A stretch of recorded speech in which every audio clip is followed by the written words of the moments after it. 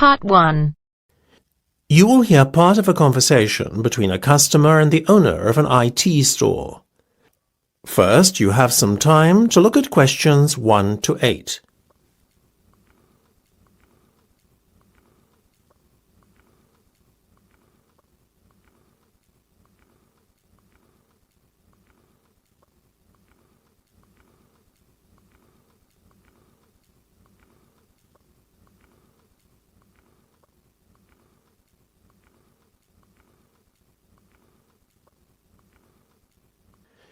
You should answer the questions as you listen, because you will not hear the recording a second time. Listen carefully and answer questions 1 to 8. So, before we go any further, can we just confirm what has been agreed so far, as it's starting to get a little complicated? Certainly. Tell you what, why don't I start to make out the invoice? Should I address it to you personally, or is there a business name you'd like me to use? We trade under the name Ben and Di Enterprises. OK. Now, as you were talking to one of my sales reps to start with, I'm going to put him down as the contact on the invoice. That way, he'll get the commission on this sale, you see. His name was Rowan Laver, is that right? Rather peculiar name, but a lovely man. You almost got it. It's Rome, as in the city, and Laver, Laver. Your order number is 6589B521. You're paying in full, is that right? Yes. OK. Today's the 4th of April, so we'll put a due date of the 10th on there. Now, do you remember your order details? Yes. First there was the filing cabinets. Of course, for a rate of £15 each. Didn't you order print paper as well? Yes, we're taking 20 glossy photo paper bundles. What's the unit price again? It works out at £20 per bundle and £400 in total. And Rome said we could do a deal on the software packages, isn't that right? Yes. Seeing as you bought 5 at once, we'll reduce the unit price to £100 from £120, leaving us with a total amount of £500. I needn't remind you that there is an additional fixed charge totalling £40 specifically for the software installation. Of course.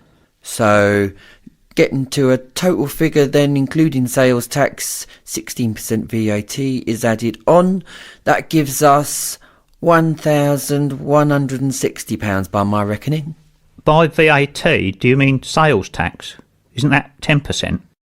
It's 25% on some products and 10% on others. We work out an aggregate figure and apply it to all goods sold. In this case, it was 16%, as I've mentioned. Fair enough. Before listening to the rest of the conversation, you have some time to look at questions 9 to 10.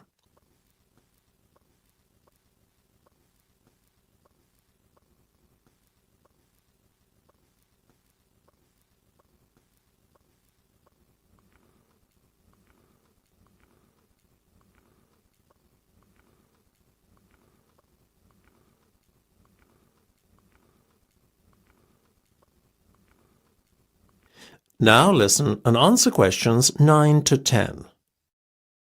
Listen, I know the due date isn't for a week, but do you mind if I write you out a cheque today? Not at all. You can make it out to me, Michael McCloskey. How do you spell that then? What, McCloskey? It's capital M-C, capital C-L-O-S-K-E-Y.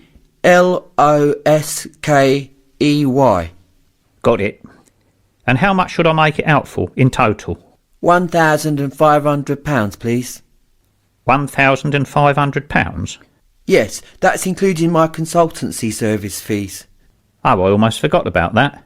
Let me make a note here on the cheque. Includes consultancy fees. Now we're almost done. That is the end of part 1. You now have half a minute to check your answers.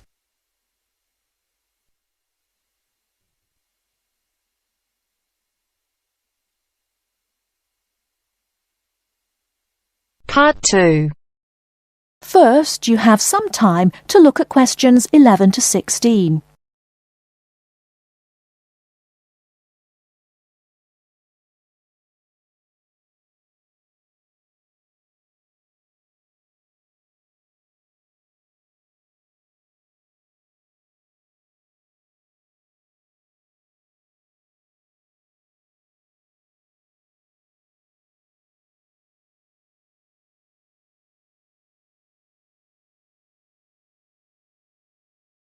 Now, listen carefully and answer questions 11 to 16.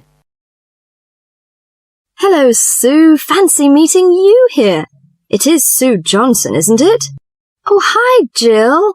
It must be ages since we've seen each other. What a surprise. How are you? Yes, well, I'm fine. I just got back from 2 years teaching in Hong Kong, actually.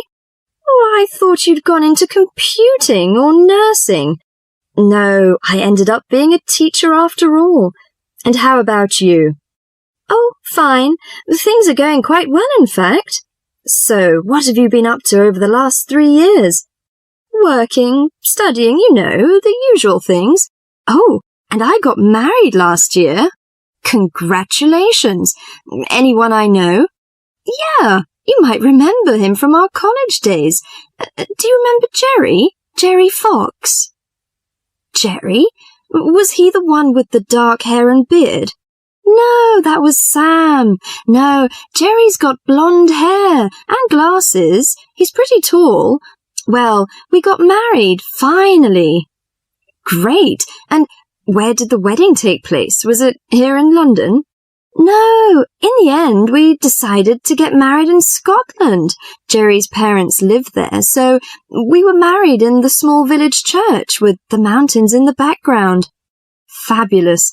Have you got any pictures? Well, funny you should ask. I have actually got a couple here. They're a bit battered because I've been carrying them around in my bag. Oh, never mind. Let's have a look. Oh, don't you look wonderful? Who are those people behind you? Oh, that's my older sister, Clara. Oh, she looks like you. Do you think so? Everyone says that, but we can't see it. Is she married now? Yes, and she's got 3 children, a girl and twin boys as well. Wow, imagine having twins. Look, why don't we have dinner together and catch up on a few things? Would you like to come over one evening? Oh, that would be lovely. What about next Friday evening? Fine. What time? Shall I come over about 8 o'clock? Oh, come about 7:30. I'm usually home around 6:30, so that'd give me plenty of time to get dinner ready. Oh, fine. And, one last thing. Where do you live? What's the address? Oh, good thinking. Here's my card. The address is on the back. We've got a flat in an old house. We live on the 3rd floor of a large old house. The house has been converted into flats, so when you arrive, you'll need to press the bell second from the top. The bell second from the top, okay? There's a little intercom arrangement, so I can let you in. Right, okay, see you on Friday then.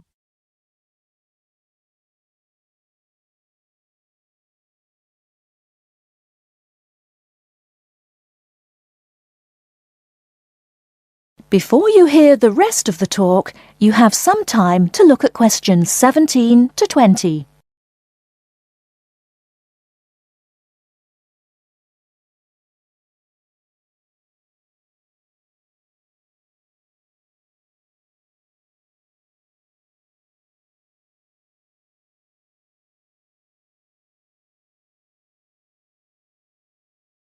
Now listen and answer questions 17 to 20. Welcome, Jill. This is my husband, Jerry. Jerry, this is Jill. Hi, Jill. Nice to meet you. Hi, Jerry. Well, let's come in and take a seat. Sue told me that you've just returned from Hong Kong. Was it a pleasant trip? What kind of city is it? Oh, well, Hong Kong enjoys a reputation for the flourishing business. It has a population of around 6.6 million.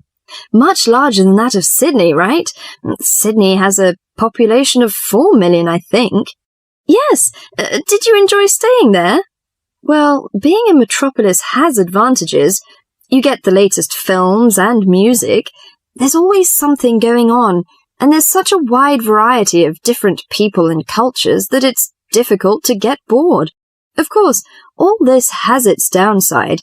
The cost of living is very expensive, and most people cannot afford to go out very often.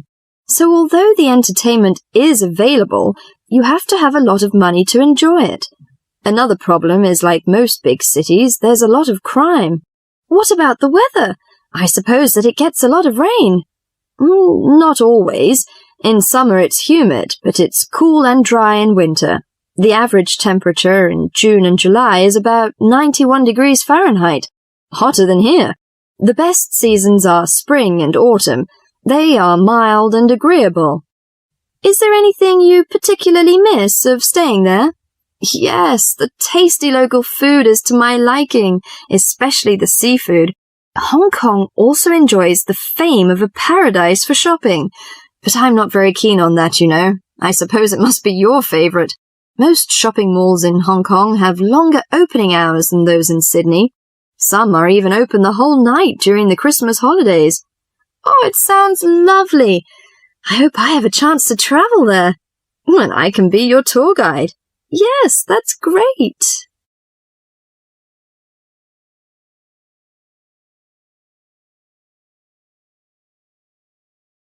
That is the end of part 2.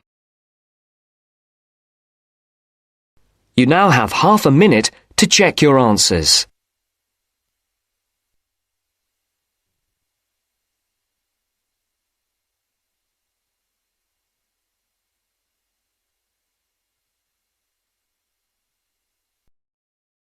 Part 3. You are going to hear a conversation between an interviewer and a professor. First, you have some time to look at questions 21 to 26.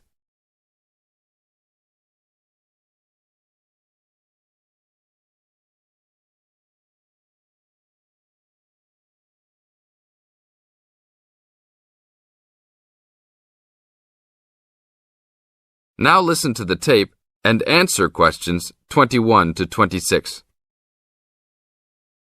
Today I'm here with Professor Nittick, who is our new university president.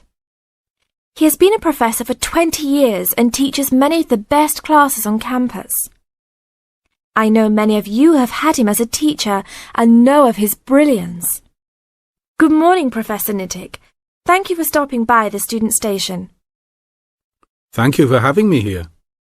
It is always great to get to meet many of the students who are involved with our school. I haven't been here since 2 years ago. Yes, I remember at that time you were still teaching every semester. 2 years later, you're only teaching every once in a while. But it seems like you are still always busy. The administration world is just as busy as the teaching world for you. How do you stay in touch with the university, even with the change in your everyday duties? I try to stay in touch with what is popular with the university students. I usually spend time with as many students as I can. They usually give me insight into what the new concerns and beliefs are for the new generation. On top of that, I try to be as youthful as I can. I consider myself to be youthful, at least for my age. So I always have a good time and try to stay young. I try my best to not just be a teacher, but also participate in university life. Interesting. So, are you still doing lots of academic work, or are you mostly concentrating on administrative affairs? Well, I mostly do administrative affairs now, but that doesn't mean that I still don't have a very deep interest in academic matters.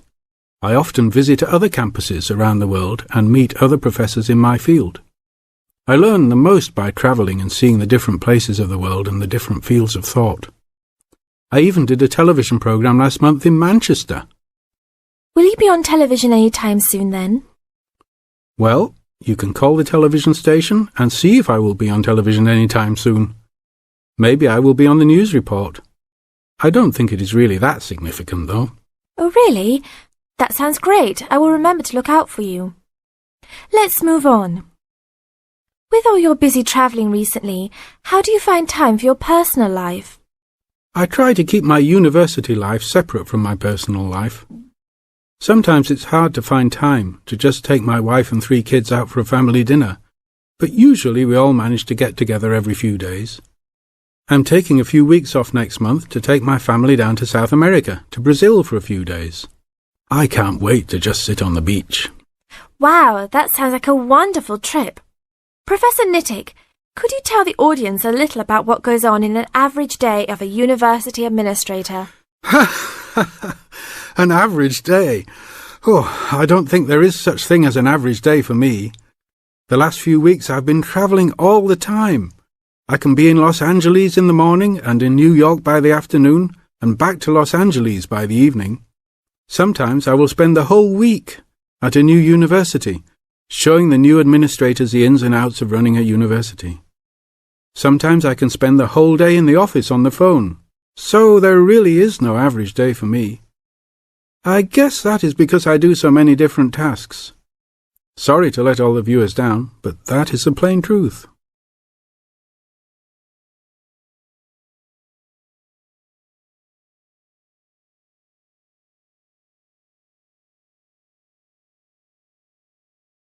Now listen to the tape and answer questions 27 to 30.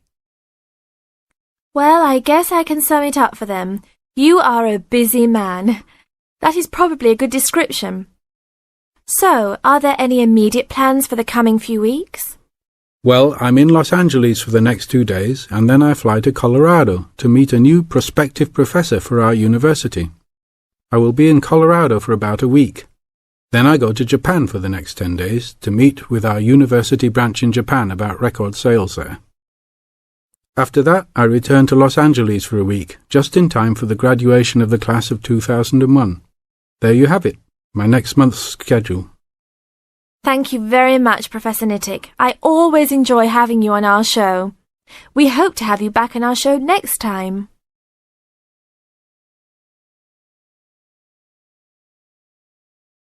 That is the end of part 3. You now have half a minute to check your answers.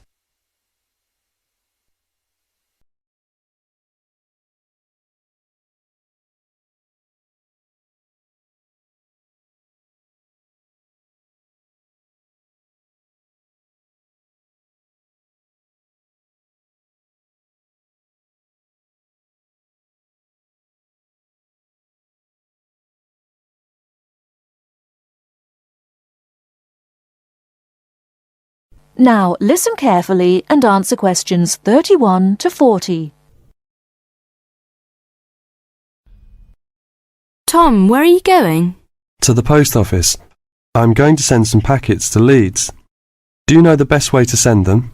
Well, if your need is for a record of posting and delivery rather than compensation for loss, recorded delivery is particularly suitable for sending documents and papers of little or no monetary value. Well, what can we send for recorded delivery? All kinds of inland postal packets except parcels, airway and railway letters and parcels. The service does not apply to mail for the Irish Republic. I see. How do I post them? You should get a certificate of posting form from the container in the post office and follow the instructions shown on the reverse. The certificate will be your record of posting. Can I send anything in the post? No, you can't. You must not send banknotes, currency notes, and some valuable things because there is no special handling in the post. Recorded delivery mail is carried with the ordinary unregistered post, and there is no special security treatment. How do we use recorded delivery? Well, when your letter or packet is delivered, it is signed for by the recipient and a record is kept by the post office. The post office does not undertake to deliver recorded delivery or any other mail to the addressee in person, but to the address shown. You can obtain confirmation of delivery by completing an advice of delivery form either at the time of posting or later. This form will be signed by a post office official, not by the addressee of the recipient. A fee is payable, which is lower if the form is handed in at the time of posting. Is there any compensation for loss? Well, compensation is limited.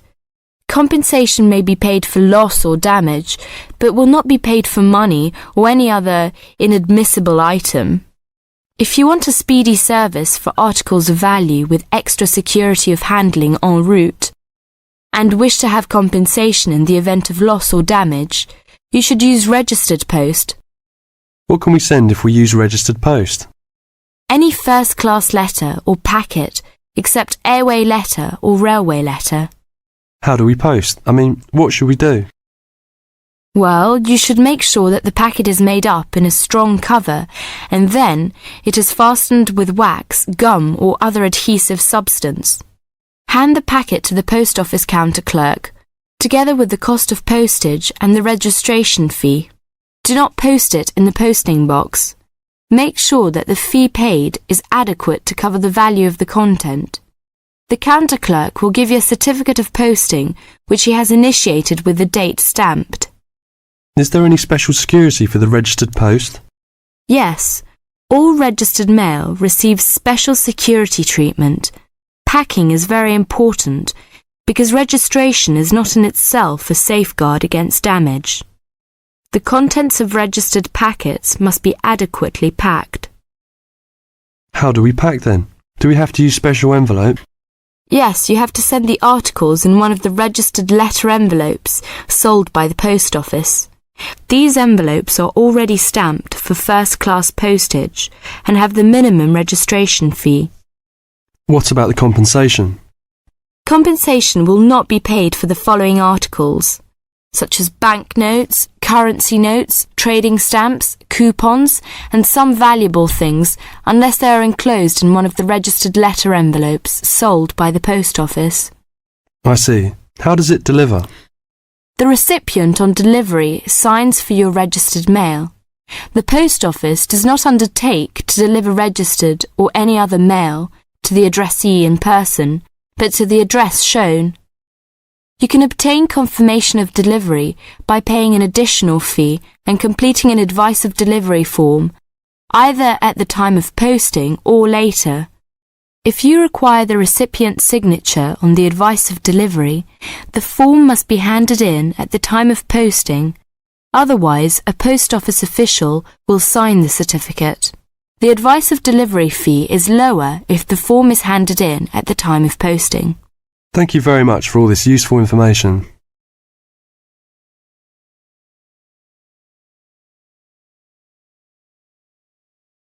That is the end of part 4.